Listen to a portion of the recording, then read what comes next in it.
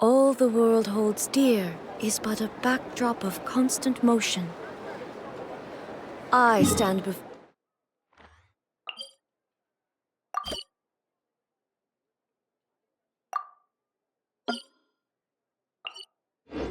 it, alone and unchanging.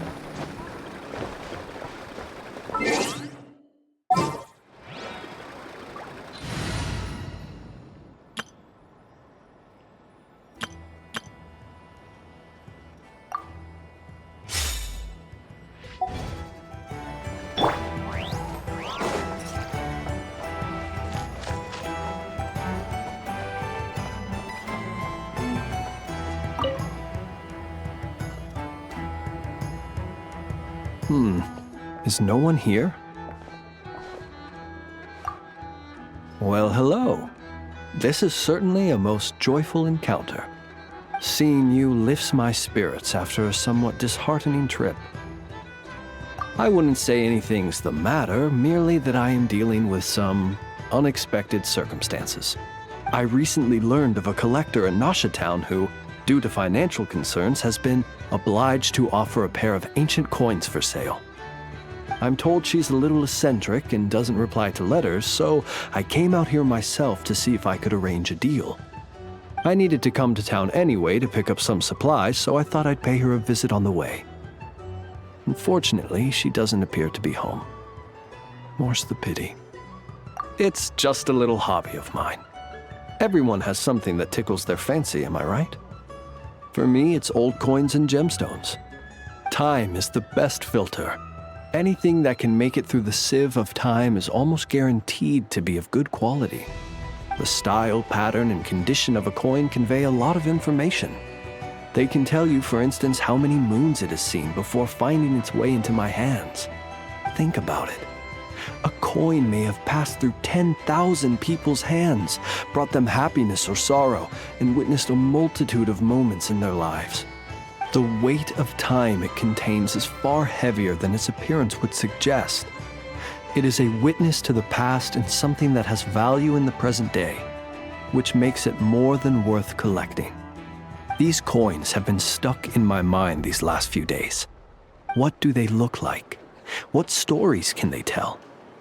If I can't meet this collector, I fear all desire to return home shall desert me. Look at me, rambling on about coins without a thought for the friend standing by my side.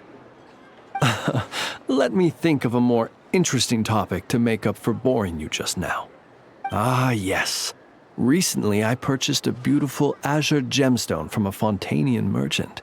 It had long slumbered at the bottom of the ocean until being recovered just some days ago. I was told it was once embedded in the sword of a champion duelist at the court of Fontaine, while another story claims it was a pirate crew's prized treasure. That's exactly what I thought. Whenever a merchant starts waxing lyrical and weaving tales, it's usually a sign that they don't have faith in their wares. Fortunately, I'm very good at appraising a gemstone's true worth, even if its owner hasn't the faintest idea what they're holding. Please, allow me to invite you to my residence once more. I have a feeling you'll appreciate the gem itself, and you may well find my valuation of it quite interesting too. I'll be waiting for you.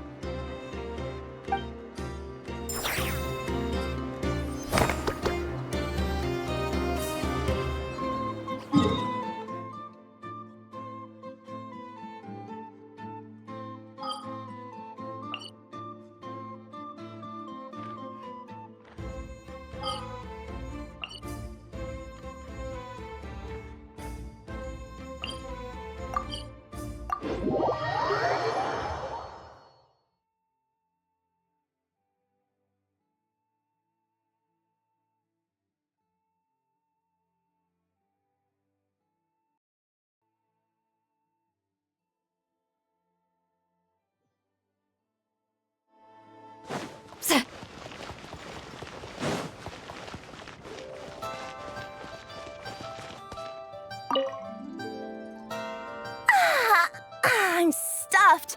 And this time, my tongue was safe from being burned by heat or spice. Thanks, Chongyun.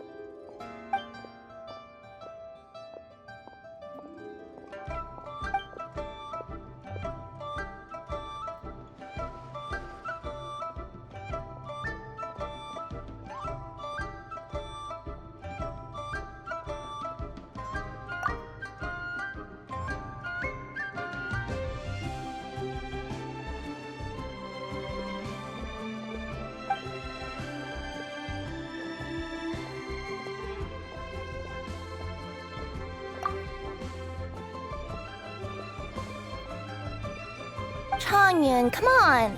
No need to act like a stranger. If you keep this up, I won't take you to see Ioroi or Ito. Chongyun said he's always wanted to see supernatural creatures, but for some reason he's never managed to. Ito's a full-blooded Oni, and Ioroi's a proper great yokai. And it just so happens that I can make the introductions.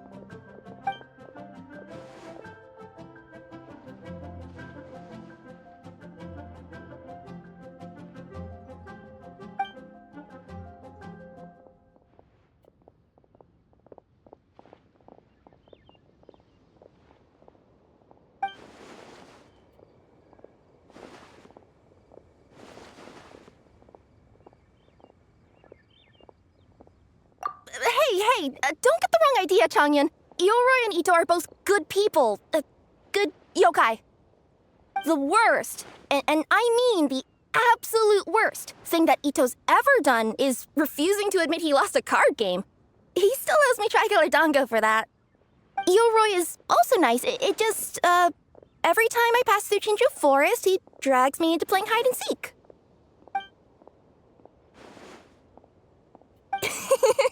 The books also say that everyone in Liyue stands on swords while they surf through the skies. Don't believe everything you read. That settles it. You're taking the boat with me in a few days.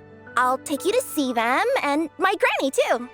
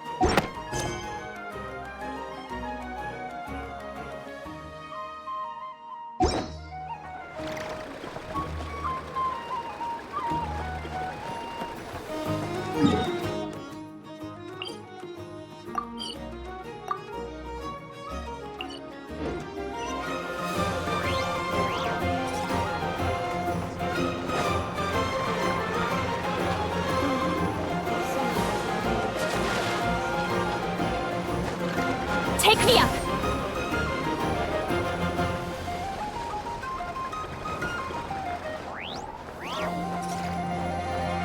Take me up!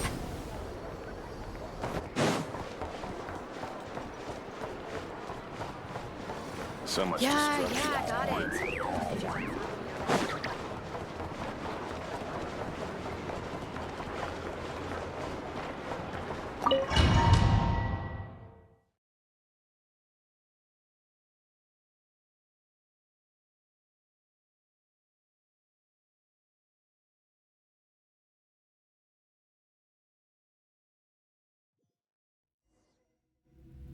Like I thought, no more paths back to reality have emerged since. But how can I be sure that I'm going the right way without scenes from reality to keep me on track? I can't even be sure of how long I've been walking for. The further I travel, the less stable this space becomes. There are even moments where I can sense something that feels like abyssal energy. They can just materialize out of thin air. I have to keep my wits about me.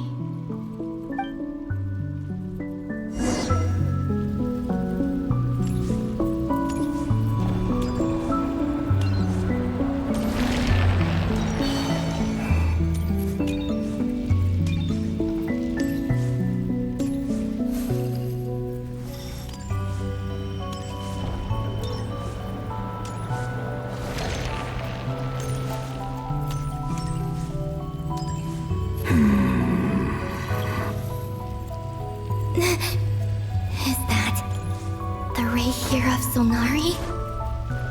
I can't believe he survived. How did he do it?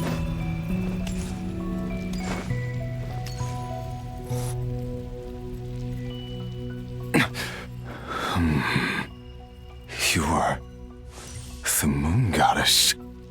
But how?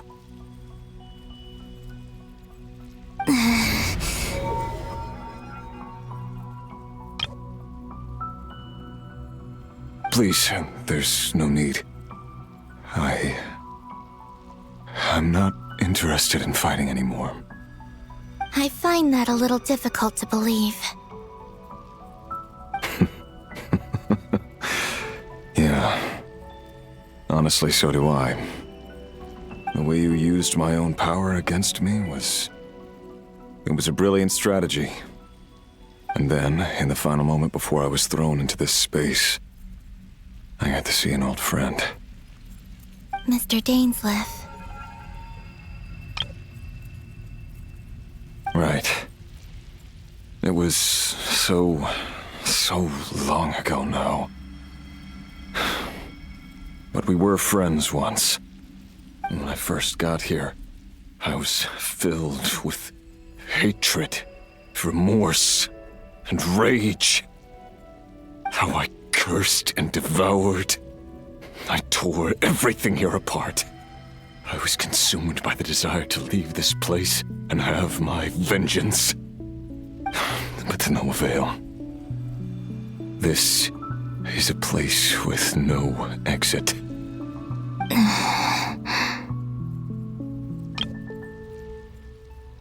This is the second time I've entered this space. Though I have no memory of the first. I was torn to shreds the moment I entered. But this time I survived. It must be partly because of this new body, and partly because of all the Kuvaki I absorbed in Nodcry. Are you the source of the abyssal power in here? Not all of it. Some is from when I first arrived here and tried to destroy everything. But there was already a degree of abyssal power here before I entered. And like a venomous snake baking in the merciless sun, it tried to slither into my shadow. Tried to. So, you rejected it? Yes. Because after that, the world suddenly became silent for a moment. What do you mean? The voices in my head, they were gone. And then I saw her. Her? Thelindis, my former lover. Never mentioned that she saw a memory of Thelindis leaping into the moon's reflection. More precisely, I saw her afterimage. I'm sure the real her is long gone. She was just an ordinary Conrian. She couldn't have survived here for very long. Anyway, why have you come here? Didn't you know it was a dead end? If I hadn't escaped through the moon gate, my friends would have been in far greater danger. Oh, I see. Because of your power. The power of a moon goddess. What? You'd like to know how I know, wouldn't you? The one who resurrected me said so. I could hear a deep lust for power in his voice. Do you mean... Dottore? Dottore. So that's what he's called. He'd been collecting fragments of my body for a long time, all so that he could resurrect me at the moment of his choosing. I had no interest in his research, but being as corroded by the abyss as I was, we were aligned as far as hunting the moons and recovering my strength were concerned. So that's why the Wild Hunt suddenly became so active in Nodcry. When I left the Fatui in my weakened state, Dottore must have felt that his time had come. Moon Goddess, could I ask a favor of you? What? I know this is a lot to ask, especially from someone who tried to kill you. If you refuse, I won't fight it. But this is the only thing I desire now. Nothing else matters. What do you want? I'd like you to take a message to Thelindis for me. Thelindis? But... Yes, she's dead. But like I said, I saw her afterimage. I can sense that some part of her soul remains here. Far, far ahead. why don't you go and speak to her yourself? I can't. I don't know why, but I can't move freely in this space as you can. All I can see is a glimpse of her walking away. Just like the moment when I last saw her in life. In return, I will clear these abyssal obstacles for you. No, not in return. I'll clear them for you, whether you want to help me or not. It feels like something I ought to do. Why? Yeah.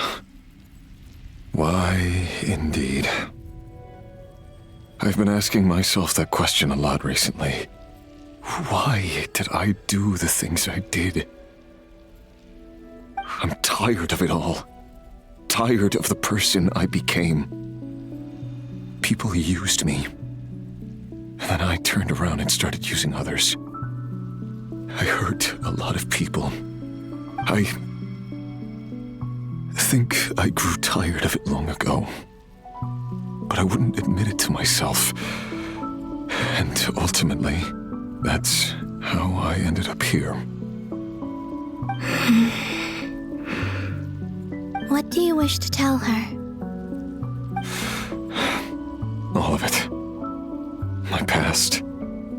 My mistakes. Everything that happened after we were separated. Is it okay if I give her the abridged version?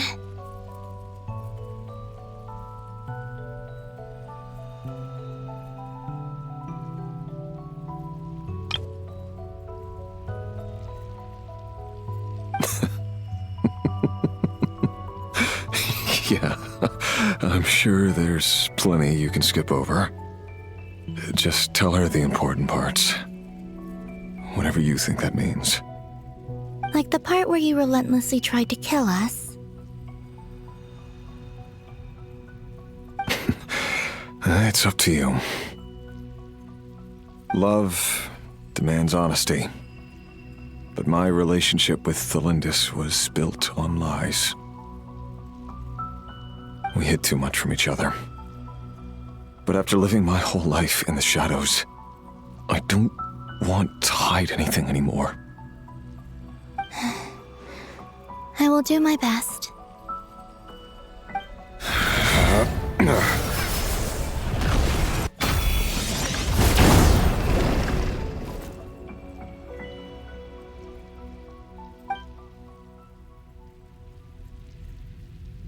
There. The Abyss will no longer stand in your way. Even though Mr. Dainsleif felt he had to fight you, I think he still regarded you as a friend. Dane? He said that you betrayed him, but he also felt great remorse at never having understood what you were truly going through.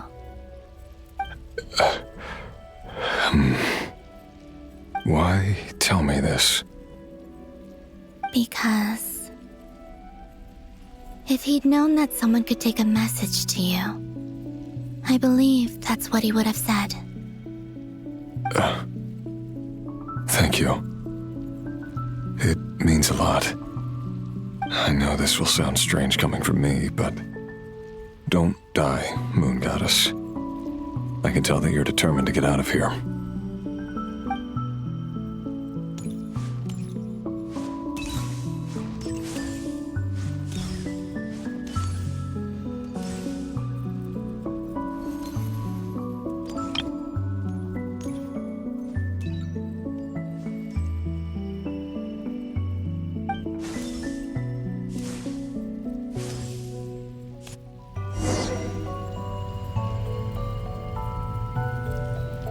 He kept his word.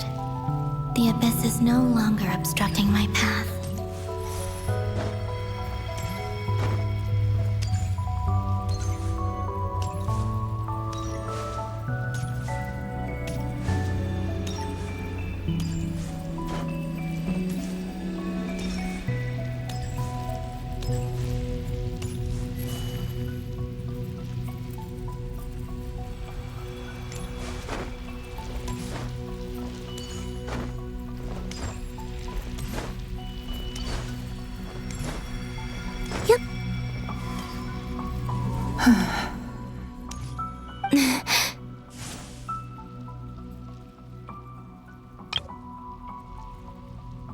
Is that the Lindis? She wasn't far off at all. And yet, they can never meet. Hello, Miss Thelindis. Who are you? How do you know my name? I've never seen anyone else here before. You can call me Columbina. I promised Rerir that I'd bring a message to you. Rerir? My Rerir? Is he well? He's doing better than he was. Better than he was, huh? Sounds like he's had a pretty rough time. Others have had a rough time on his account too. In many cases, their time ran out because of him. And I'm not just talking about the children of the Crimson Moon.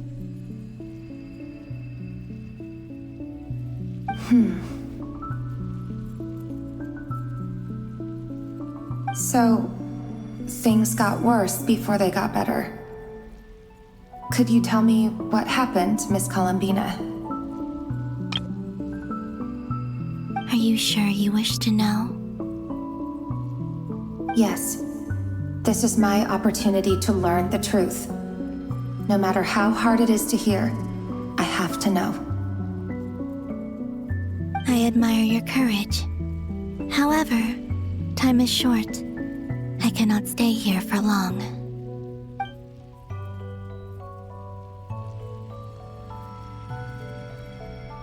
Rayrir had seeds of hatred in his heart, and many people nursed them for their own ends.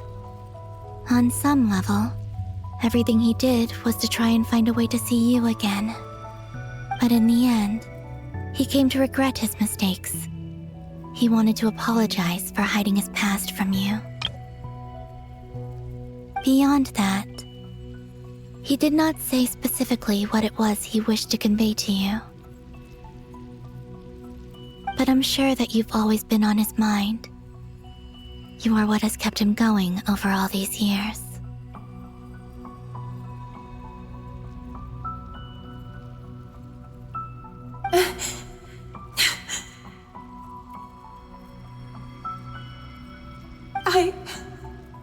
I'm sorry, Miss Columbina. This is so upsetting. I'm not sure how to put my feelings into words. It's all right. I understand. Well, that's everything from me. So, I guess I'll be... Wait. One moment. Time flows backwards here. The road ahead only leads further and further into the past. I know. I intend to reach the end of that road. Without a moon marrow, without the 3 moons' power, you won't make it far. Wait, unless... Are you one of the moon goddesses? You could say that. I see. I often think to myself, if life is like a train ride, why haven't I reached the terminus? Where am I even going? And it's not just me, it's this whole place. Wherever it is, it seems like it's existed forever. It's such a mystery.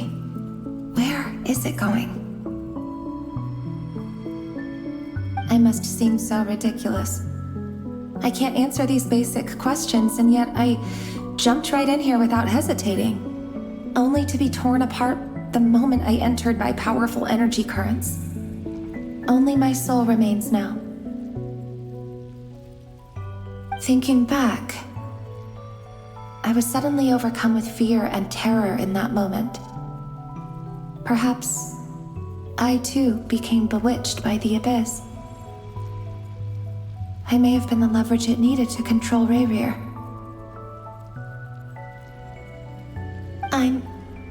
I used to be a researcher at the Universitas Magistrorum in Conria, researching the iridescent moon's marrow. Eventually, I came to the conclusion that time in here flows in reverse. Rayrir was one of the Venster King's retainers. With me, he was in an impossible position. It plagued him constantly. I wanted to help him escape his lot in life. I wanted him to be happy, so I thought I'd use this place to return to the past. At the time, I thought I could just go back to the day that the Venster King first found the prince. It was only after meeting the prince that the Venster King started going too far with his research into the abyss. That was the day all of our woes began. I thought I could stop the king from ever meeting him and solve everything. I couldn't kill the Venster King himself, so I had to find another way to save Rayrir. That's why I wanted to go back, to kill the person who had brought new possibilities to our realm. I'm sure it was a futile endeavor, but the abyss probably enhances the basest human desires. So I naively hoped I could change everything. But I was simply too weak. Like a speck of dust against the whole universe. Look at me. I didn't even survive the journey here. Not physically, at least. I know I'm never getting out of here. But you're different. You can make it, and I want to help you. I owe you that much. How do you plan to help me? Have you noticed the golden energy that exists here? Based on my past research and my observations since coming here, I believe they carry you forward faster. I can share what I've learned and help you understand the pattern in which this energy appears.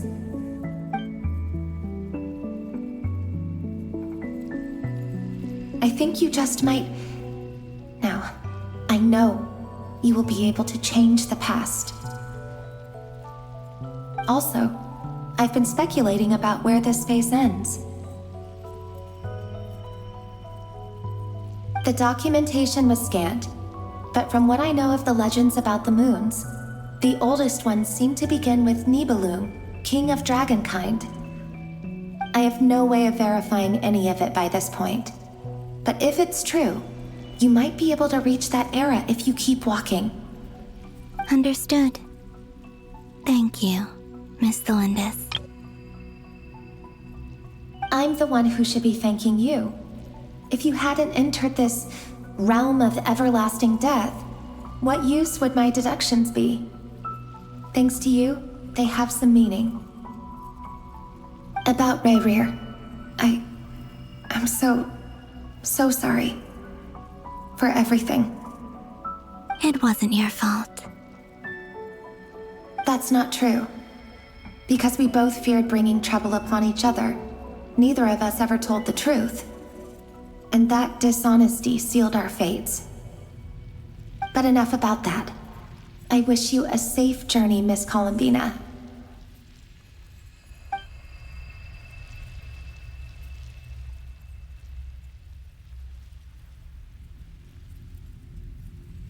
And may the outside world never have to experience pain like this again. Rayrir, you're there, aren't you? I cannot see you, because you exist in the future. I expect we'll be trapped in this prison of space-time for all eternity. But please, gaze upon the past, and then sit for a while. Let's find a place to sit down together, just like we did when we first met.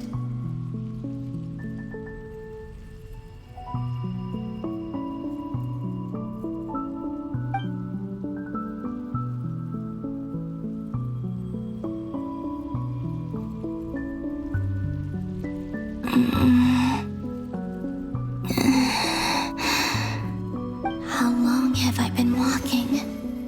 How much further till I reach the end? Is there even an end to be found?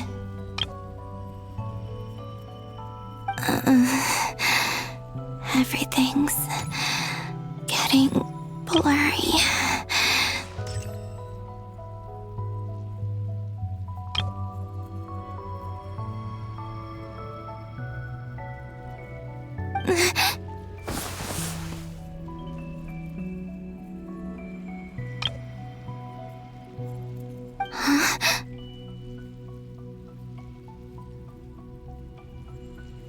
Are you all right, little sister? Have you come from the distant future?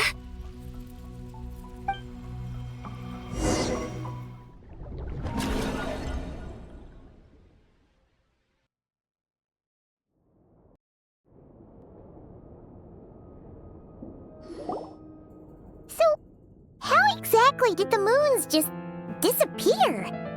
Shouldn't it be a little harder to get rid of major creations like moons? The world is a vast and ancient place. On a certain scale, all life lasts for but a fleeting moment. Miss Nicole explained that the moon goddesses likely perished in the War of Funerary Flame. The moons themselves were also destroyed at that time, save for the Frost Moon, from which a new moon goddess was later born. Am I missing something then? 'Cause the stories say that the moon goddesses were born on the moon, but doesn't Columbina say she was born in Nodcry? Huh, you're right! Why do their birthplaces differ? What's the difference between the two generations of moon goddesses? Also, remember what Sandrone said? Her scans detected 4 moons. In other words, 4 moon marrows. Technically, the result of the scan means that 4 moon marrows were detected and positively identified as moons in that moment. In other words, this piece of information alone isn't enough for us to know how Miss Columbina is doing right now. Yep, we have no way of staying up to date on whether she's dead or alive.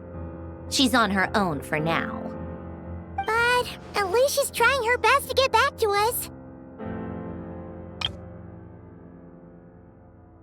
Yeah, she's a tough cookie, and a sore loser too. We have to trust that she'll find a way. Because we really need her power. As much as it pains me to say it, we've got no chance of beating Dottore in a straight-up fight. He's much too powerful. It wouldn't even be close. That maniac is going to devour everything in his path until he reaches us. We need to find someone or something that can stop him before he does anything worse. I'll be frank. Our only hope of defeating this false god is with a real moon goddess on our side. I'm not just saying this because Columbina's a friend and I want her back safe and sound. It's just the truth. And I know that even she was no match for him when he attacked, but I don't have a better solution. We're not giving up on saving her, whether she can defeat Dottore or not. Right. Don't worry, Miss Sandrone. We are all aligned on saving Columbina. No one's trying to argue that we can only justify saving our friend because it will help save the world. This is about multitasking. We want to save both. So, she's more than just a moon goddess to you guys? Absolutely. Duh! She's part of the gang! And you are too, you know. Yes, I know. You don't need to labor the point. I knew that the moment I came running over with my documents that I was part of the in-group. I mean, if Arlecchino can fit in, I certainly can. Anyway, as for how we get Columbina back, I've been working on it constantly. But I think I'm still lacking certain information about the moon. I'd probably get there if I could continue my calculations, but the problem is, I've run out of computing power. Computing power? You mean you need more energy? No, the issue isn't energy, it's processing power. There's so much data to get through that the whole process has just ground to a halt. That's a tricky problem. René de Petrichor of the Nazissenkreuz Ordo once foretold the fate of the world. But I don't know how he did it. My guess is that he used the primordial sea's power. However, that won't work for me. His methodology was vastly different from my own. What's worse, they're incompatible. And to top it all off, we can't even leave Nodcry. Ugh, this is so annoying. If I'd known we'd run into a bottleneck like this. Well, no, the design bureau's a bust as well. Curse that Dottore! Couldn't have made this harder for me if he tried. Oh, what do we do then? How about we grab a bite to eat and take a break? Maybe something will come to mind after you've cleared your head. You don't get it, do you? I'm trying to calculate the fate of an entire world here. And I need accurate results, not big prophecies. Where the heck am I gonna find the computing power for that? Ahem. Anyway, time to shelve the discussion on technical difficulties. Being a killjoy isn't very ladylike after all. Either way, we've done what we can. Rest well, everyone. Remember to let us know if anything new comes up. Hawkeye? Is he hinting that we should talk outside?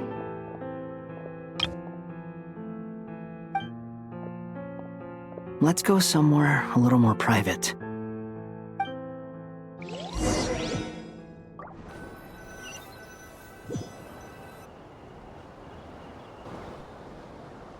You know that Dory went back to Sumeru, right? Yeah, she mentioned she was planning to head back. Things aren't looking good for Notcry. She's gone to spread the word so that Sumeru has a chance to prepare for the worst. From what I know of Dottore, there are two possible reasons why he hasn't made a move yet. One is that he's still working through some kinks in his new powers. The other is, he wants to see how we're going to react. He'll easily devour everything eventually, so I guess he's in no rush to make it happen. The first false god he made was me. Now it's his turn. Even though my records were erased from Irminsul, Dottore's ideas haven't changed one bit. He once told me that becoming a god was like turning yourself into a hungry wolf or giant serpent to devour the moon. Clearly, he began studying the moon goddess's powers long before he even tried making a god. He's always wanted to get his greedy hands on divine authority one way or another. And in the end, he devoured the moon where I failed. In the desert of Sumeru, there is a chessboard built by King Deshret, also known as Al-Ahmar. I don't know if it was a real game, or if he was just trying to challenge his servants and citizens in some way. But creating games and setting rules, gods do that as a matter of course. That's the kind of power Dottore craves. Now he has the Trilunar Authority. His power is leagues beyond the common people. I don't think there's any point in other nations rushing to the front line. They're better off focusing on defense and hoping they can fend off any threats that spill out from Notcry. Either way, Dory will inform Lesser Lord Kusanali, and she will contact the other gods in turn. The Seven will have some recourse available. If nothing else, their protection should keep the rest of the world from descending into chaos as quickly as Notcry has. So on the bright side, even if Notcry is doomed, your friends in other nations won't be in any immediate peril. That's good to know. But I'm not ready to give up on Notcry yet. There's a word for people who refuse to let anything go. It's called being greedy. Maybe it sounds greedy to you, and probably naive too. But whatever you call it, that's what gives me the determination to keep fighting. Battles are fleeting, but the will to fight is a long-term commitment. Give up for even a moment, and your resolve will shatter. Why do you always feel the need to do the right thing? No one is born to be a savior. I mean, who's gonna criticize you if you fail or give up? Don't take this the wrong way, but Dottore said something similar to me. I guess the Fatui attracts people who don't believe in saviors. Not necessarily. It's less about belief for me. I just want to know how determined you really are. After all, I don't owe anything to anyone else here. Only you. You look kinda worried. If your arch-nemesis was about to achieve their ultimate goal, I think you might feel a little worried too. That's true. Dottore is about to become an omniscient, omnipotent deity. That's gotta be a bitter pill to swallow. Still, you're calmer than I expected. Obviously.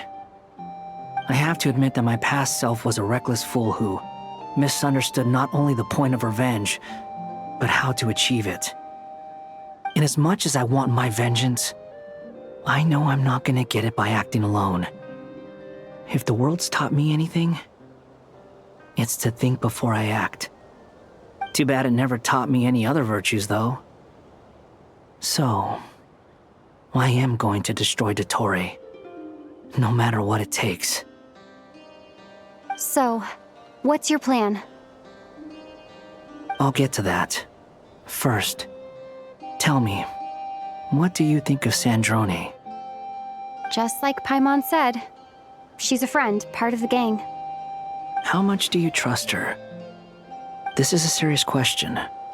Think carefully before you answer.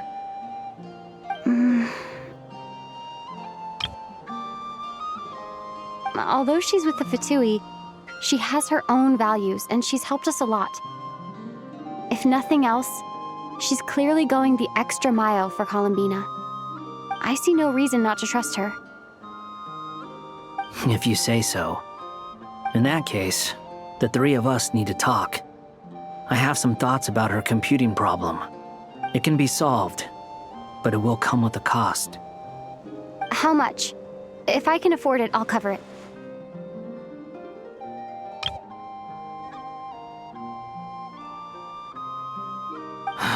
Sometimes your heroism really backs me into a corner. You know that? Come on, let's go talk to her.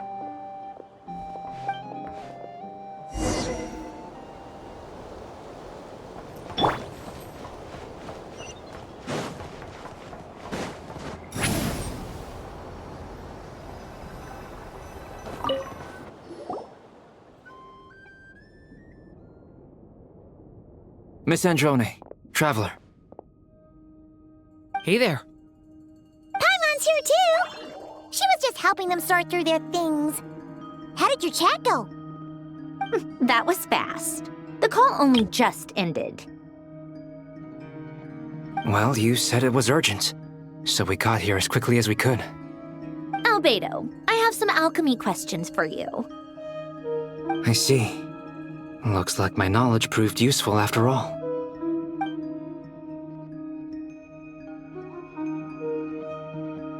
If I might ask, what is the end goal for the modified formula you'll be using? I needed to predict the future of the entire world. But I've run into some teething issues since trying to implement Renee's theory of the four Orthants. I see. I'll have a look at it. Still, computing power is the real issue here. How do you plan to solve it? About that, it's been sorted. Oh, with the Traveler's help? Actually, you're not wrong. She found the person with the solution. Was it Hat Guy? Yeah, it was him. Wow! Go Hat Guy! Seems like all that time studying at the Academia is paying off big time. But where is he? Wasn't he the one who asked Albedo and I to come here? Come with me.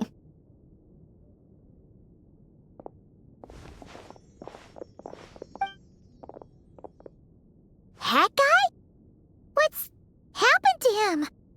Hat Guy! Can you hear us? No response. I guess he's in hibernation. Hat Guy mentioned that he was a puppet. It seems that his functions are currently shut down. I presume this has something to do with the solution to your computing problem. That's right. He and the Traveler came to see me. Wait, what? You have a solution? Would you calm down? Why do you always react so hysterically to everything? Excuse me? How would you know? You shouldn't be so quick to judge complete strangers. It's very bad manners. Oh, please. It doesn't take that long to figure out that you have a temper. Where does a mere student get that kind of confidence? I've actually published more papers than you. Not that status counts for much. Even Paimon's applied for Academia admission. Huh? Are you serious? See? This is why I can't be bothered to explain myself. She recognizes no one's skills but her own. Okay, fine. I'll hear you out. So, tell me, how do you propose to solve my computing power problem? This world itself is constantly processing all kinds of information. If it's the world's future you're trying to calculate, you need a processing device that's designed to cope with that volume. Easier said than done. Only Irminsul can handle that kind of... Wait, is that what you're suggesting? But surely we can't just plug my formula directly into the ley lines. You should be able to tell that I'm not human, right? Yeah, I noticed. The technology, though, Seems pretty ancient. Very different from Fontaine's. It's a completely different system. Conrian, to be precise. I'm what they would have called a puppet. Puppets need an energy source and processing power. The artisans who built them sought out the materials most suited for that purpose. You? Do you mean... The Traveler and I have talked it over. She's willing to vouch for you. So, I'll allow you to borrow my core for your calculations. It was built using wood from a silver-white tree, which makes it a small part of Irminsul. Conrian technology and Irminsul wood. Who in the world could have built you? Are you sure about this? A puppet without its core will cease functioning completely. And if it's left in that state for too long, it might not recover. You could die if you do this. You do realize that, don't you? I can put 2 and 2 together, yes. No need to rub it in. I won't lie to you. This has never been done before. I cannot guarantee your safety. Doesn't matter. I'm prepared for the worst. Did you two actually talk this through? Is he... Are we really considering this? Yes, we discussed it. The bottom line is, he trusts me and I trust you. Let's give it a shot, shall we? Honestly, I have no clue where this kid even came from. But for whatever reason, he lent me his core to use in my formula. I'm very close to finishing my calculations now, and the core is currently in use. So I'm sorry, but I can only show you a sketch right now. This is what the core looks like. A silver-white branch. It certainly matches the legends told about Irminsul. Is Hat Guy gonna be okay? He's not gonna die, right? Right? In theory, he should be fine. As long as we put his core back in time. Beyond that, all I can say is that I'll try my best to avoid risk and make sure the core doesn't sustain any damage. I think I know why you called us here now. Someone needs to watch over his body and make sure it's protected until the process completes. Correct. He said that the only ones he trusts here are you two, and the Traveler. And the Traveler will have other work to do. He will have our undivided attention. Aww, Hat Guy. On a more positive note, things are progressing steadily on my end. I'll call everyone in for a meeting once the results are out.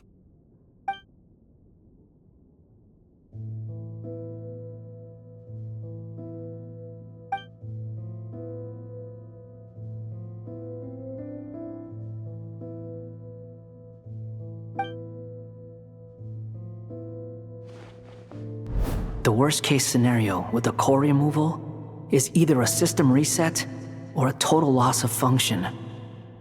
But I'm not afraid. A quiet death should have been my fate long ago. A core is completely different from a heart. It's like another vital organ entirely. I never believed it could be a true replacement for what I sought. But in the end, it turns out the core was more useful to me. Pretty funny when you think about it. It's like the punchline of my entire life. Do you think there's any difference between a puppet and a human? If not, then this would just be another samsara. I have already experienced both a past life and a next life. Part of me wonders whether I'm only capable of making this decision because I've become a real human. What's with that expression? Isn't this a good thing? Sanjoni will succeed, won't she? She has to. She will. We all have to persevere until this is over. That's right. And I'll protect you all until the moment of victory arrives.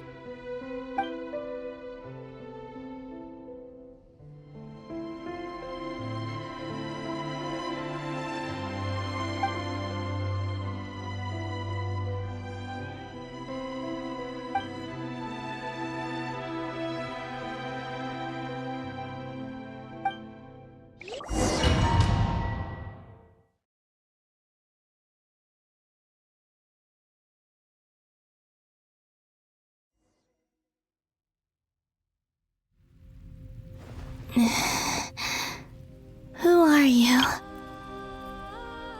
Call me Sonnet. You have the same power as Canon.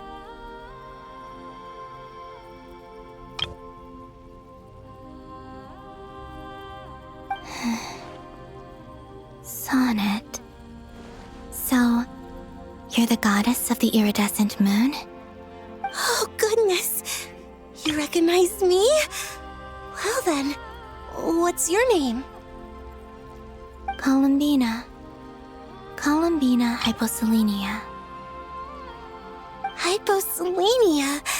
What a lovely name. Did you choose it yourself? It was a joint effort between me and my friends. Friends? You mean your friends in the heavens? Huh? Oh, sorry. You must be exhausted. I apologize. Hang in there. Let me introduce you to my older sisters. Do you mean the other two moon goddesses? Arya and Canon? Wow, you sure know a lot. Hey, does that mean that our story goes on into the future? Oh, I guess that wasn't the best question to ask. It's all right. We were prepared for that possibility. You could say we were too prepared. I can't even remember how long my sisters and I have been here by this point. When did you get here? How long has it been? I can't say for sure, but it feels like it's been forever. I see. Are you feeling all right? You look a little unwell. I can hold out a while longer.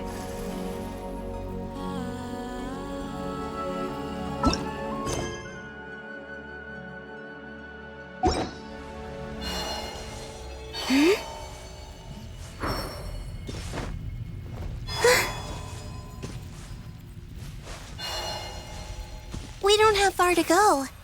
The place where my sisters and I are based is just up ahead. Don't worry, they're both really nice. I'll introduce you.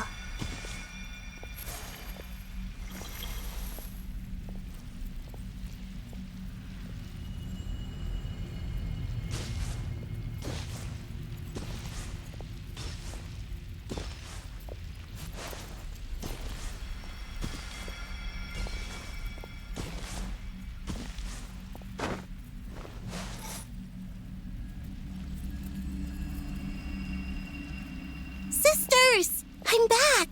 And look who I've brought with me!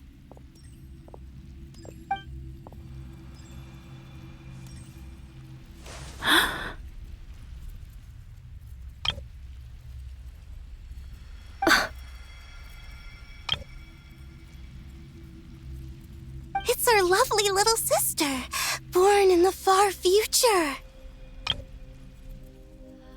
The pleasure is all mine.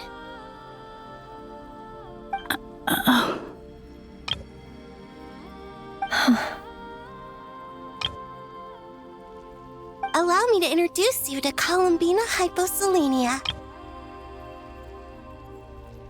This is Arya, the goddess of the eternal moon.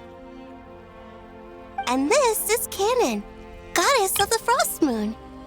Canon, don't you think Hyposelenia's power is similar to yours? Hello, Columbina. I apologize for our startled reaction just now. And please, forgive our little sister if she's been annoying you. She tends to talk a lot. It's fine. You seem shy. Don't worry, Columbina Hyposelenia. No one can hurt you here. Could you tell me where here is?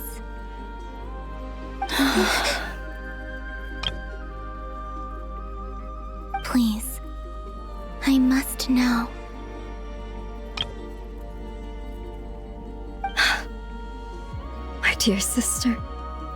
This is where Tevat's original ruler, the Dragon King Nibelung, imprisoned the moon goddesses. What? You're scaring her, Canon. No, I'm fine. Please, continue. Nibelung, our original master, created us in the distant past to maintain Tevat. But he left this world and traveled into the dark universe beyond, to explore worlds vaster still. Day and night, we fulfilled our duty in the heavens, until the day that the first Descender arrived. The great ruler of the firmament. The heavenly principles. Is that what later generations call them? I see. But we did not reject them at first, nor did they seem to harbor ill intent towards this world. We coexisted in peace. They were like a guest in our home. Slowly, however, we came to realize that our guest had a growing desire to change and dominate the world. And you didn't stop it? No. There was an order to the rules they set up that Nibelung never taught us. We wanted to know if this order would bode good or ill for Tevat.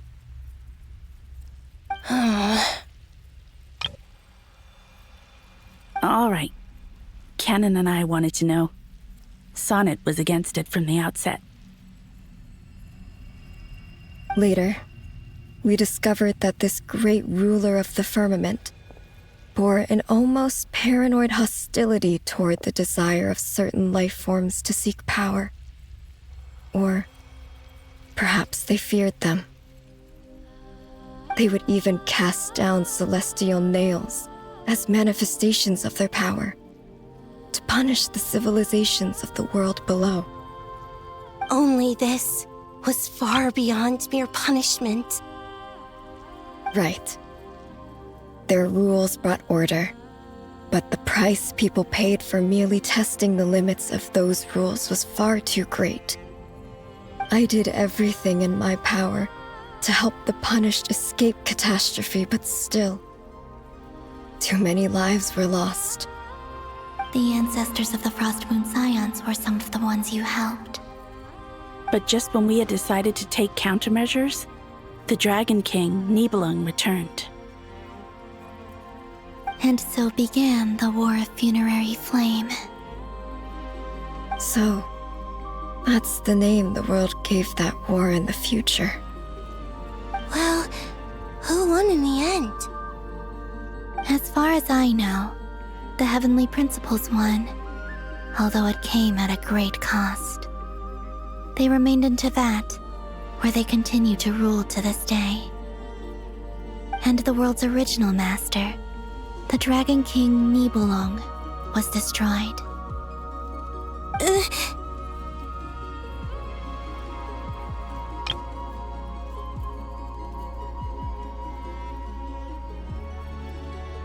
And what of the moons? Are there still 3 moons in Tevat's skies? You can tell us the truth, Columbina. We know we are but remnants of a bygone age. We are prepared for the answer. Only the Frost Moon remains. But it has been cast beyond the false firmament by the Heavenly Principles. The eternal and iridescent moons were both shattered during the war.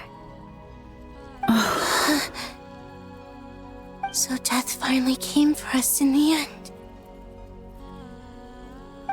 Sonnet. But you're still here, aren't you?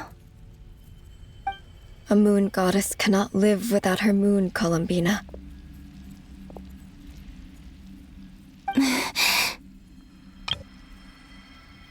She's right. That's why I began to disappear. Because the frost moon is cut off by the false sky. How much worse it would have been if it were outright destroyed. Our souls may endure within this lunar palace, but if our moons are destroyed, then we shall disappear the moment we depart from it. I'm sorry. There's no need to apologize to us, dear sister. If anything, we owe the world an apology. If only we'd decided to act sooner, rather than arguing amongst ourselves. All the more reason not to spend this time in regret and repentance. Instead, we should focus our efforts on how we might help our future sister. Sorry? Don't you see, Columbina, your story is not yet over. Is that not why you are here?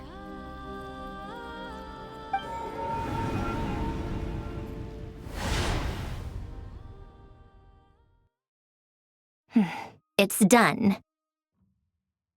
Initiate numerological array. Continue running primary process. Calculate the world's fate through extrapolation, and identify nodes of potential change. Secondary process, scan for moons. Still 4. The number of moon marrows hasn't changed. Wait, let me think. Is it possible that there's something I've been misunderstanding about the moons all along? Variables. Variables in the world. I know where potential variables within the world come from. So what about the moons? Are there any variables there? Like their life or death, for instance. What if being alive or dead makes no difference to a moon? But that's so strange. Even immortal gods can die. Why would the moons alone be? Wait! Wait! I've got it! I've got it! If alive or dead is considered a variable, we might have had this wrong the whole time. No one ever said that a moon marrow equals a living moon. We just made that assumption ourselves. Initiate secondary process. Scan again, this time filtering out interfering perimeter, moon marrow. I don't care if they're natural or artificial. Get them out of my search results! Why? It says 3 moons still exist in Teyvat, even after excluding the moon marrows. But we know for a fact that 2 of them are dead. Redo the scan. Narrow the results to living moons and real moons. No, scrap that. Narrow it down to moons that have lunar authority and remain alive. Why? Why is it still 3? What is this, Columbina? Has the world lied to us? Or are you the one pulling the wool over our eyes?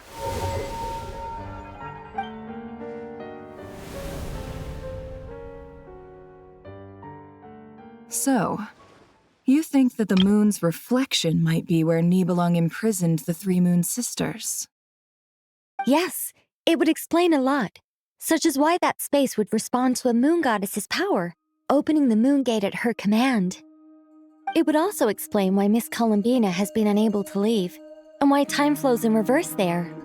In the messages she sent, Columbina promised us she'd find a way to return, but we have no way of knowing how, when, or where this might happen. The fact that she still has yet to reappear in this world indicates that returning from that place is no easy feat. We cannot afford to simply wait for her.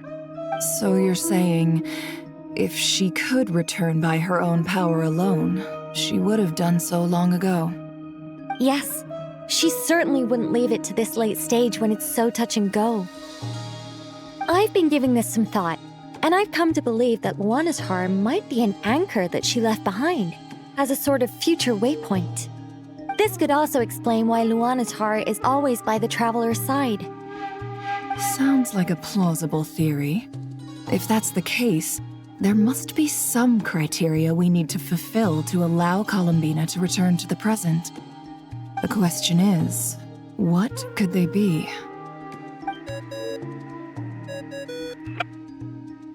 Hello? Listen up! This is extremely important!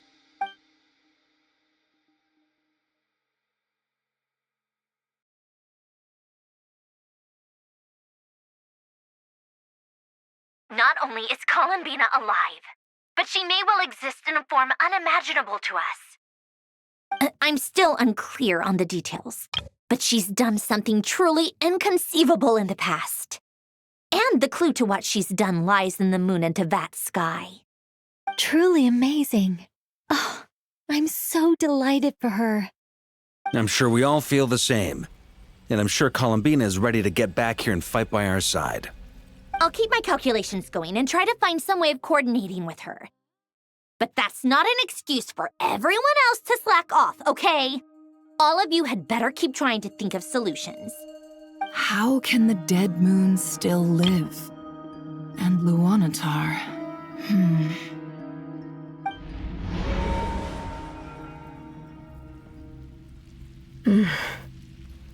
It's hard to believe that's what will happen in the distant future. Our authority is linked to the most fundamental rules of Tevat. I suppose it's no wonder that many would covet that power.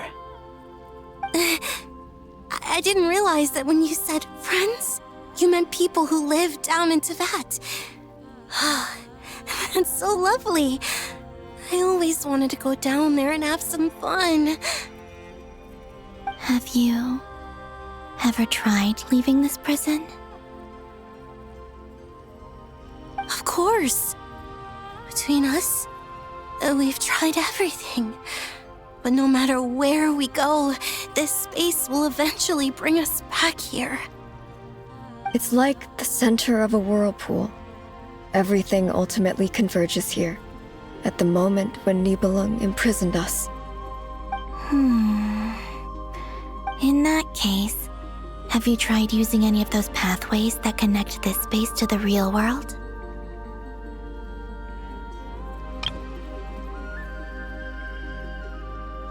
Sorry? What are those? They're passages through which you can make small-scale changes to reality by using Kuvaki.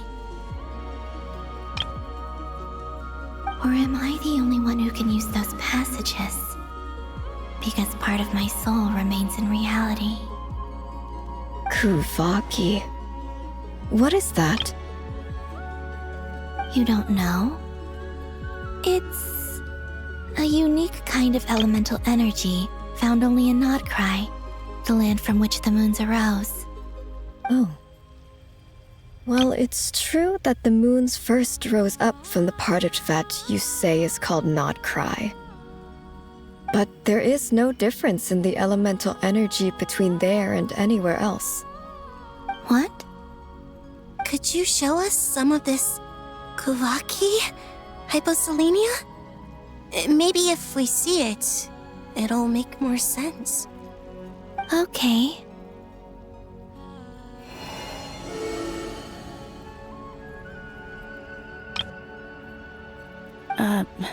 Isn't that just your power? What? But it's everywhere in Nodcry. In the air, in the land. Even the creatures who live there have adapted to its influence. How curious. This Kuvaki certainly did not exist anywhere in the world before we were imprisoned.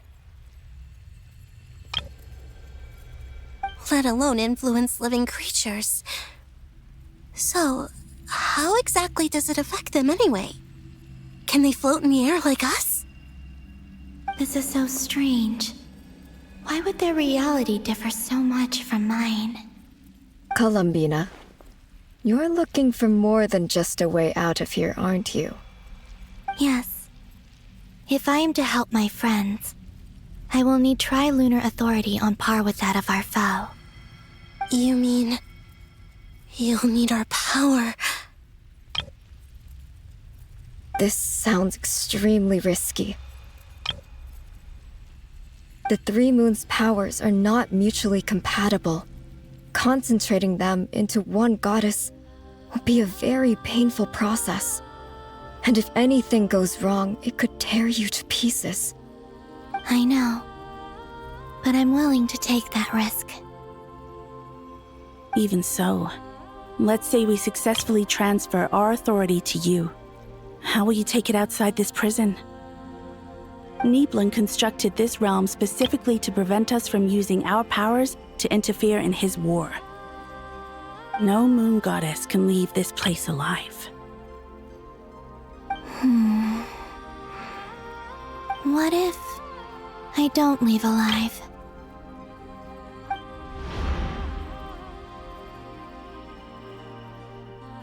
Where do we even start?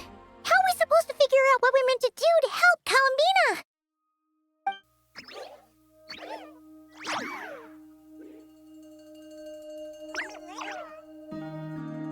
Columbina, what do you need from us?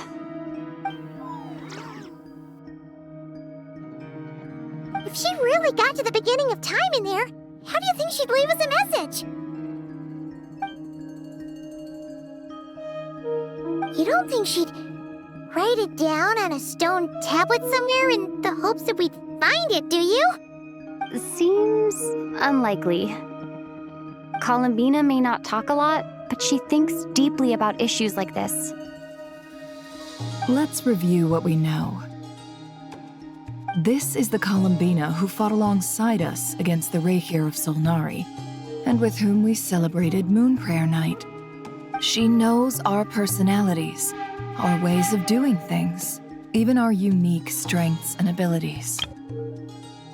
So, if she wanted to tell us something from a long, long time ago, what would she do? Oh.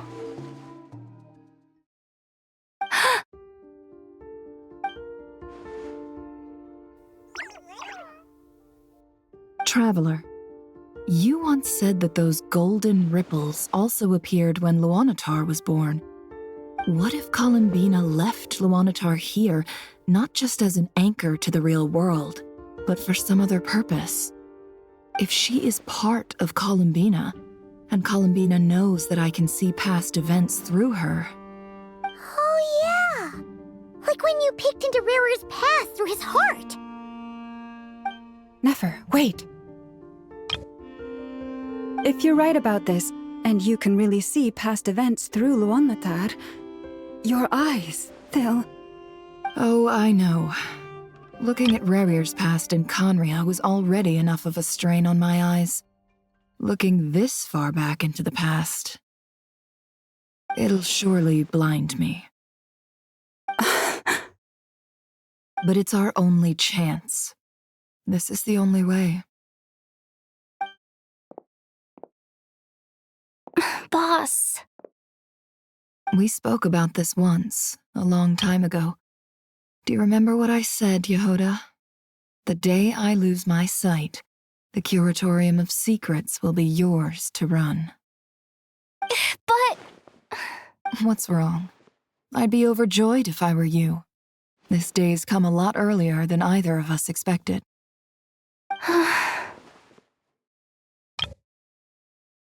I need to know you'll honor our agreement, Yehoda. Promise me. Yes, Boss Neff. I promise. Are you sure you don't want some time to think this through? What is there to think through? I should have gone blind after our battle with Rerir. Frankly, it's almost criminal that I got away with it for this long. Then at least let me take some precautions on your behalf. And if you really do lose your sight, I'll visit your office every day and make sure you're well looked after. Oh, please, anything but that. I was actually ready to go through with this. Are you trying to scare me into backing out? As if I could ever scare you. I'll assume you're just joking to calm your nerves. All right, enough chit-chat. Let's do this.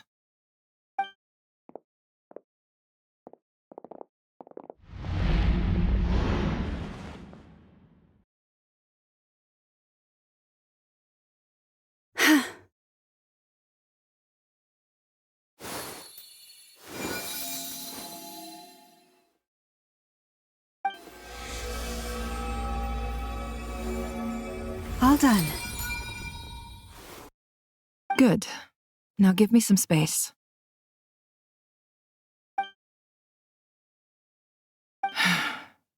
Come on then, little one. Show me what happened in the past.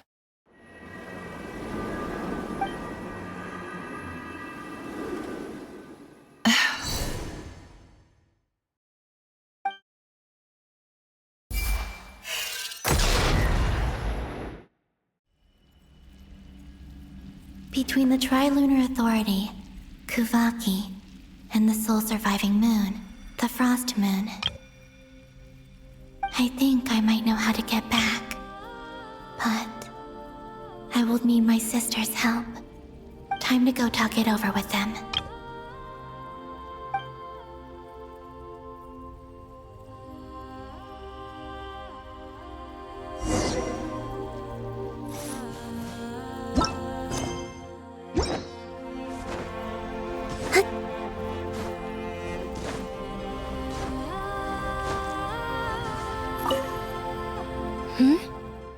Have you decided what to do?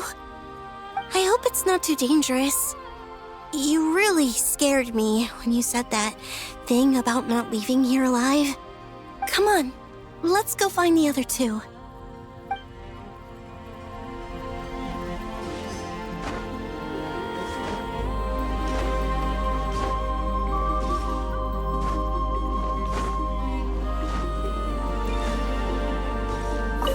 Seems you have reached a decision.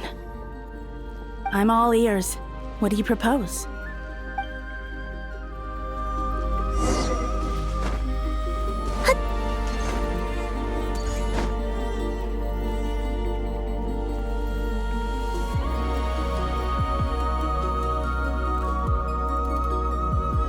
Have you figured it out, Columbina? Tell us. How do you plan to leave this place? I intend to die here, in this moment, and then be reborn in the future with the help of my friends. What? What are you saying? How can the dead be reborn? And how will you inform these future friends of your plans? You can't exactly leave oracles. Nothing can escape this place. Not a single ray of moonlight. And even if you found a way, what if they never find the message you left for them? You'll... No, that won't happen. Come again?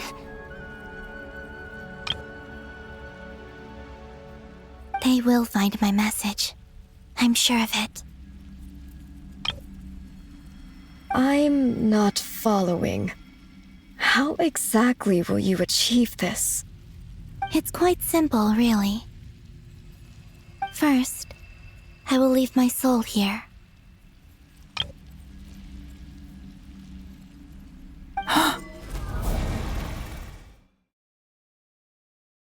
I see it. Your soul? You mean you're a divinity? Yes. I once left a portion of my soul in the future. One so small that this prison barely noticed anything. In this very moment, she can resonate with my soul across time. When the time comes, I believe that she can serve as an anchor to pull my soul from here back to the future reality. Just as gravity connects the world to the moon. Exactly. In the future, where I came from, the moon has been cast beyond the false sky, but I can still feel that it is there. In a similar way, I can feel a connection to the soul fragment I left behind even now. My friends can use it to detect my presence. But how do you just leave your soul here? Is that even possible? On my way here, I met an ordinary mortal who entered this place long before I did. Her body is long gone, but her soul remains. And before that, I encountered an old enemy whose entire soul survives here intact. while the power that once corrupted his body has faded away. So, perhaps this space is specifically designed to imprison divinity and authority, but not the physical body. Still, even if your body can escape, would it not just be a lifeless husk without the soul inside? Wait, is that what you meant when you said you wouldn't leave alive? Yes, I shall turn my body into moonlight and pour it over Nodcry. That power shall protect the land and quietly blend into it, awaiting my soul's return in the future.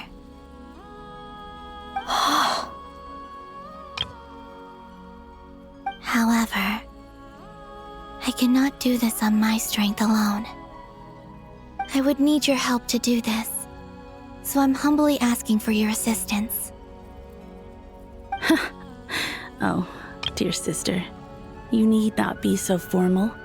As I said before, we are but remnants of a bygone age. You, on the other hand, were born alone in that distant future, and you have walked a long and lonesome road since then. How could I bear to let your story end here in this dungeon? Don't forget, we are your sisters, your family.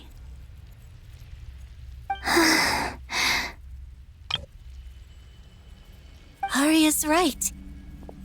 Actually, I've always wanted a little sister.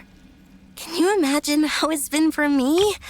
Getting nagged by 2 older sisters all the time. Now, I finally get to be the big sis. And not just that, but I get to help you return to your world, too.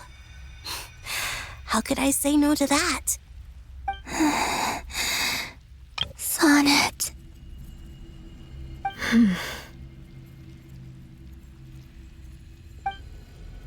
Canon?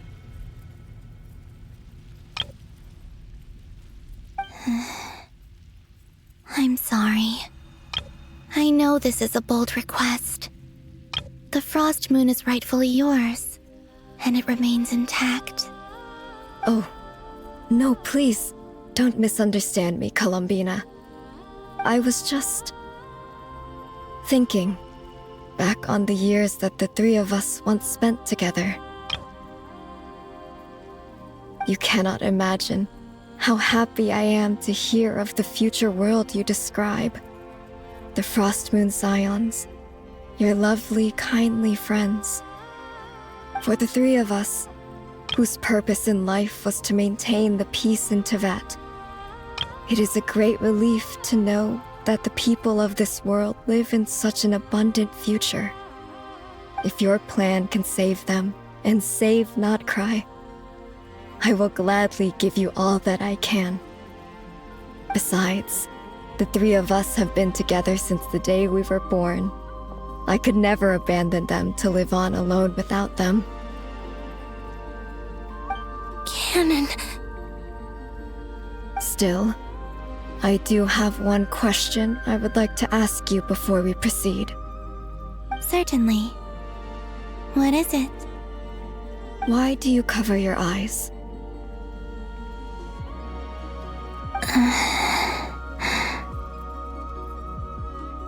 Yeah, I was curious about that too. But it seemed personal, so I didn't want to intrude.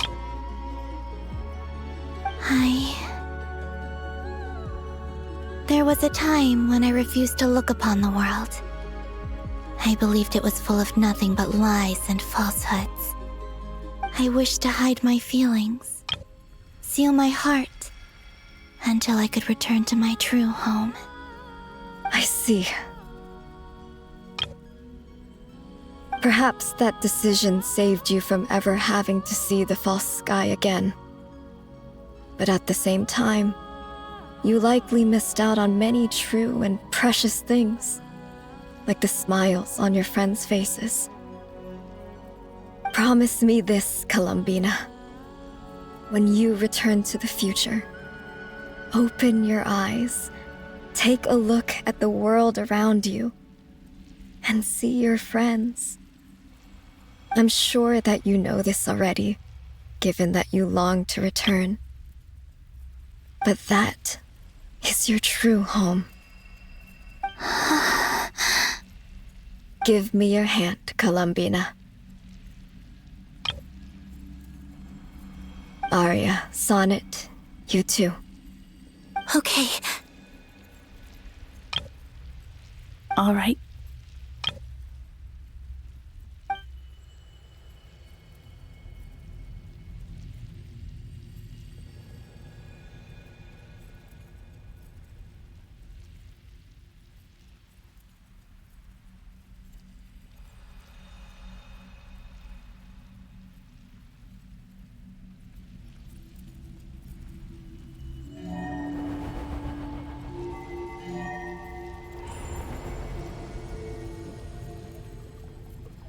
We once were the song sung for eternity, but now it is you who must continue to sing. We once were the tides in the great river of time, but now we subside, and you arise. We were the messengers of madness and inspiration. But now, the lies have faded, and your truth must endure. We are souls awaiting the sun. You must return to be with those who smile when they see your face.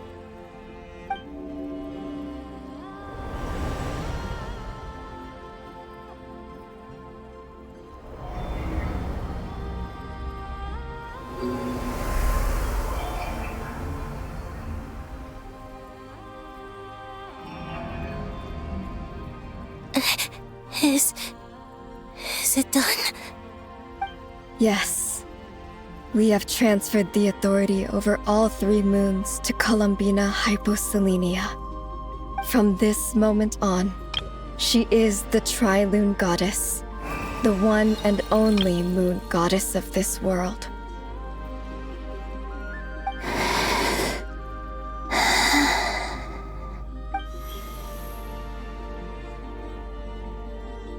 Thank you.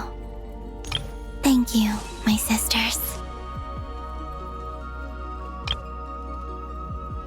Now go, and do what you believe is right, Columbina Hyposelenia.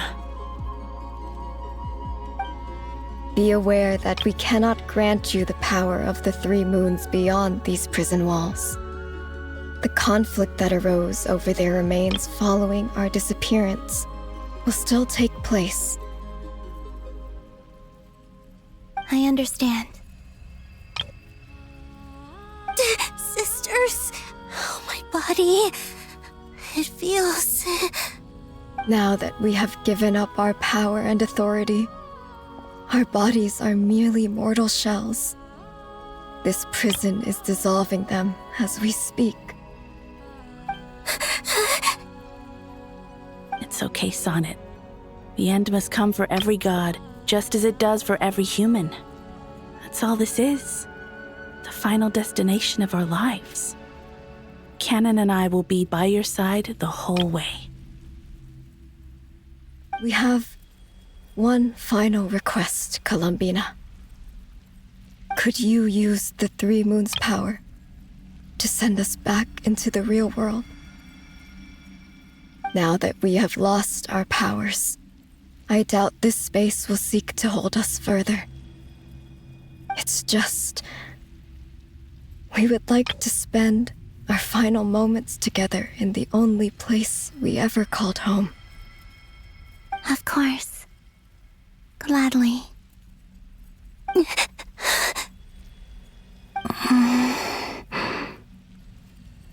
Sonnet? Yes? Don't... I wish I could tell her not to give in to the abyss. Not to be afraid. But is this really what I should say at this moment? Don't forget. I'm so glad to have a big sister like you. No, Hypo. Thank you. I'm okay. I'm not afraid. As long as my sisters are with me, I won't be afraid.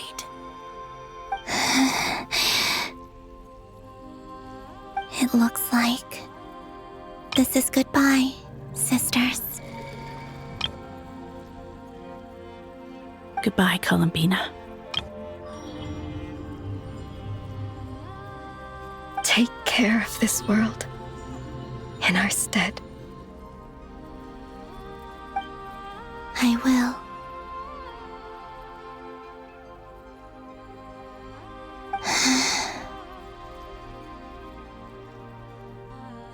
And now, it's time for me to bid farewell to my body, too. May it become the moonlight that keeps Nodcry company through the long years ahead. So this is why Nodcry was not always home to Kuvaki. It only appeared after I poured my body out upon this land, and only this land. Kuvaki responds to me because it is me, my body, answering the call of my soul. And the golden energy I've encountered on my way here was, in fact, that very soul, which I am about to leave here to guide me.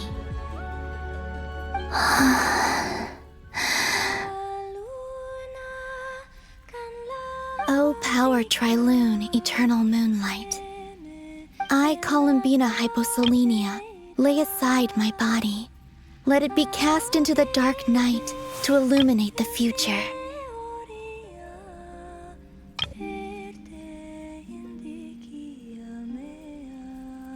May it be a companion to all who dwell beneath the moon.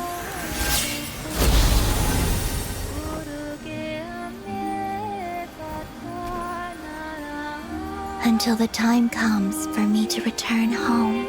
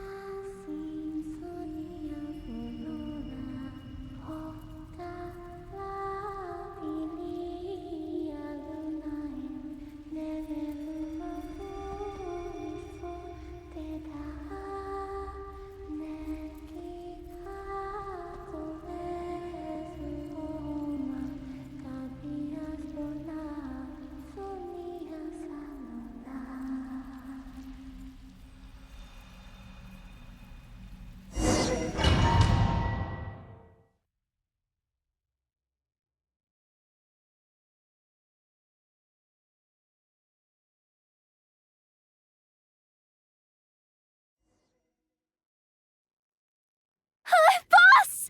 That was crazy! Were we even allowed to see that? Is anyone? Can you still see? How many fingers am I holding up? I see 2 fingers, and a look of sheer terror on your face. Truly astounding, Miss Nefer. Your eyes have glimpsed the very ends of the world, and yet they remain as sharp as ever. Or is the credit for this miracle due to Miss Lauma? It seems that even time itself is no match for your medical skills. Surely you jest, Mr. Flins. I suspect we have Columbina to thank. She must have realized the immense toll that the ritual would take and purposely set aside some of her power in the past to protect Nefer's eyes when this moment arrived. There is always a great price to pay for witnessing the truth, but it seems that this time, Columbina has shouldered that burden on our behalf. She chose the perfect method of getting a message to us. Though her eyes were always shut, she was clearly so perceptive. She knows us well. She knew exactly how we would think and what we would try. Despite being separated by time and space, we're seeing the same possibilities and seizing the same opportunities.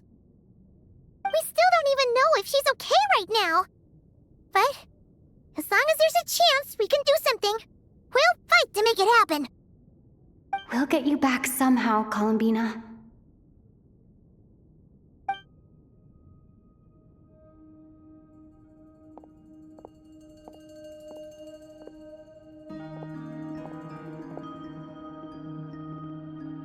Well, based on the information we now have, let's figure out our next moves. Thanks to these gentlemen, we have a much clearer picture of the situation with Dottore. The civilian population has been moved to safety, so we no longer need to hold back. Miss Androne, how are the calculations going? So far, so good. I'll keep seeing how far I can push the system, though. Can't have Hatman being powered down for nothing. There's still a long road ahead. Where should we begin?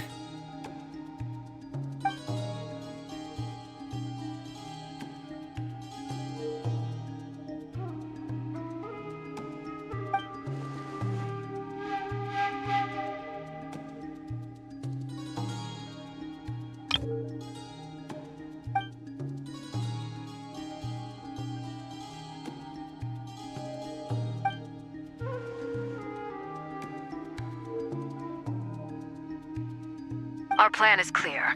Time is short, so let's get moving. There's just never enough time, is there? Time is the bane of my existence. Ugh. Anyway, I'm gonna get back to work. All right, we'll do our part too. Yeah.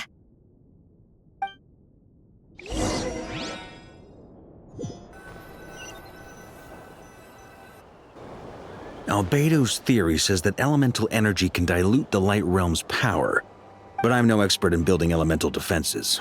Sounds like something out of the advanced elemental theory section of the library. Whew. You seem quite troubled. Well, yeah. I mean, who doesn't get a little flustered when they're completely out of their depth? You were the very picture of confidence back when you approached the Hexen Circle. Yeah, I could have been faking it through that whole meeting for all you know. Who's to say I'm not just a ball of nerves in a charming and gregarious package? Oh gosh, really? I'm so sorry, I had no idea. Well, you're all the braver for it. Still, I was much more in my comfort zone than I am here. At least in Mondstadt, you can cry for help from a cliff top and actually stand a chance of summoning Barbados himself. Things have never looked bleaker than they do now. If we don't pull this off, Tevat's doomed, isn't it? Oh, you think so? Actually, yes. Yes, it probably is.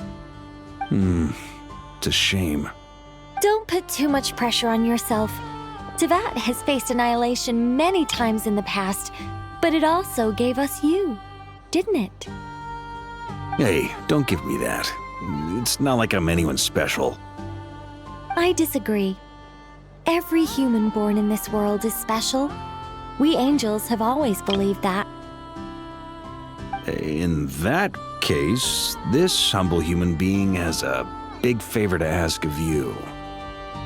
I thought you might say that. I'm sure Alice, in her great wisdom, sent you here precisely to help us in this difficult time, yes? Well, that has less to do with her wisdom and more to do with my power. Of course, of course. Well, the thing is, these elemental defenses we're about to build, I don't think it's a question of if they'll fail, but when. Durin's findings from his patrols make it clear that Dottore is constantly expanding his territory. First it was his lab, then the design bureau, and now this. It's not realistic to completely stop him encroaching on the rest of Nagcry. Rather, our goal should be to stall him for as long as possible. If Miss Androne's calculations are correct, well, they're the closest thing to certainty we have in this situation, so let's assume they are. Anyway, her calculations suggest that our best hope for victory lies in Miss Columbina's return. It's up to us to slow Dottore's advance and buy time for her to make a return. Are you asking me to help you with building the defenses? No. I'd like you to prepare for what comes next. When he eventually reaches us, we will have to fight him. You were an angel once and a mage now. I'm asking you to lend us your protection. Oh. Can I take it that you're triggering the terms you fought for during our three-way talks? Well, technically those terms were about protecting Mondstadt. But if you're happy to agree to the change in location, then yes, let's do that. You're cashing in on this much sooner than I'd imagined. Well, yeah. The way things are going, I might not get another chance. Very well. The mages have heard the knight's plea, and we will respond. To tell the truth, Alice and I had already discussed how we might help you all, so I didn't come empty-handed. I always like to be prepared.